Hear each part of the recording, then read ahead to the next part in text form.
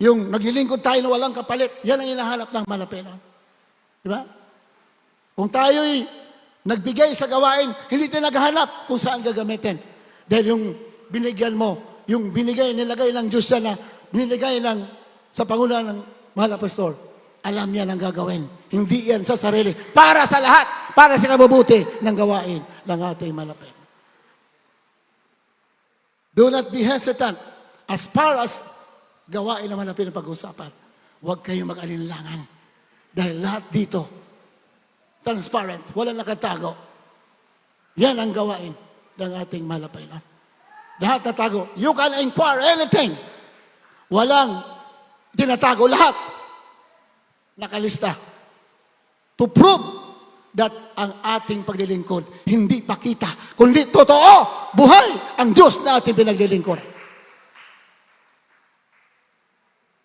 Sabi ko nga sa inyo, noong araw pa, lagi kong sinasabi sa inyo, kasi hindi maiwasan may mag-alinlangan sa iyo. Kahit sabi nga, you cannot please everybody. You cannot please everybody. Totoo naman talaga yan. Sabi ko sa inyo, kung ako'y babayaran para mangaral at mag-stay rito, babayaran ako ng, halimbawa sabihin, 100,000 a week. Hindi ko tatanggapin. Babayaran ako. Bakit? Yung paglilingkod na totoo sa Malapinon, may kasamang sakripisyo yan. You have to be constantly following the Lord day and night. Pati mind mo, babantayan mo yan. O nangangaral ka, pati puso mo, bibantayan mo lahat yan. Is my motive right or wrong? Lahat yan. Maraming factors kayo consider bago ka mangaral. Totoo ba ang sinasabi mo? Salita ka lang ba? Kailangan, what you talk, you walk. Anong sinasabi mo? Sinasabuhay mo. Yan ang turo sa banal na kasulatan. Kaya kung babayaran ako, I will not accept anything. Dahil ang paglilingkod sa Malapinon, hindi bayaran. Ang paglilingkod sa Malapinon, totoo, tinawag ka para mangaral. Mayroon o wala, tuloy ang paglilingkod. Pero kahit walang bayad, tayo susunod.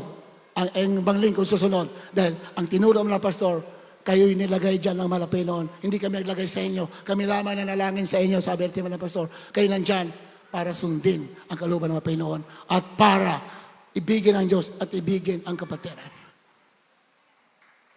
Amen ba? Mahal? At ang pag-ibig hindi pinapakita na dahil tinatapik mo ang kapatid mo, mahal mo, tapik dito. Hindi ganun ang pag-ibig, kababaw. Ang pag-ibig ay malalim. Ang pag-ibig ay nagsasabi ng totoo. At pinapanalangin ka araw at gabi. Yan ang pag-ibig. Malalim ang pag-ibig. Hindi tayo inayunan ng hindi maganda na ginagawa natin. Ang tunay na pag-ibig, sumasawata sa mali natin. Kaya mahirap ang pagsunod kung ikaw ay nag-alanganin. Pero kung you're willing na maglingkod, hindi mahirap, magaan lamang pala ang pagsunod sa kalooban ng ating malapit. Kinamahal, our Lord Jesus Christ is coming very, very soon. Minamahal, talaga napaka-ikli na ng time natin. Pero normal pa rin ang buhay natin. Normal pa rin. Kung anong ginagawa mo, yun pa rin. Yun. Sige, tuloy lang. Kung tinawag ka, umawit. Tumawag ka, tumugtog po kayo. Kung tawag ka mangaral ka. Kung tinawag ka maging worker ka. Mag-worker. Kung ikaw tinawag magtrabaho, you work. Kung saan ka tinawag, pero huwag mong kalilimutan ang pagsunod sa kalooban ng ating malapay. Habang tayo mawit, nagana si Jesus. Mga imperfection natin dito, pag dumating Malapinon, pag nakita na natin ang mukha ng Malapinon, lahat yan mawawala. All our imperfections will be blotted out. Lahat buburahin. Ay gaya na si Jesus.